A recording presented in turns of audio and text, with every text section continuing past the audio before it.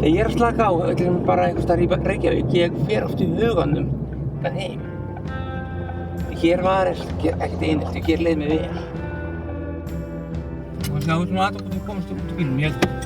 Þetta var ekki mál fyrir 30 ára síðan, en Guð má vita hvernig þetta gengur í dag.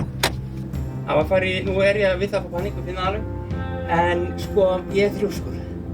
Félagi minn sagði eins og við mig að ég vona eitt Villi, þó að losna víðutafælina að þau losna aldrei þrjóskuna. Ég væri aldrei komið svona langt. Þetta er erfitt að segja þetta, þú veist, ég er ennþá að glíma við minnimatskennd og sektarkennd út af einheltinu. Ég er líka að gera þetta sko til þess að sýna ykkur fram á hvað það er að glíma við ofsakvið og víðutafælinni frá degi til dags.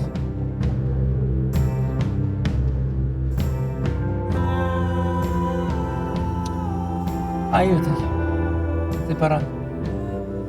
Þetta er bara viðlíkali og þetta er ég og hluti mér að ég verð að komast í kjósinu minna lágmark einu svona ári.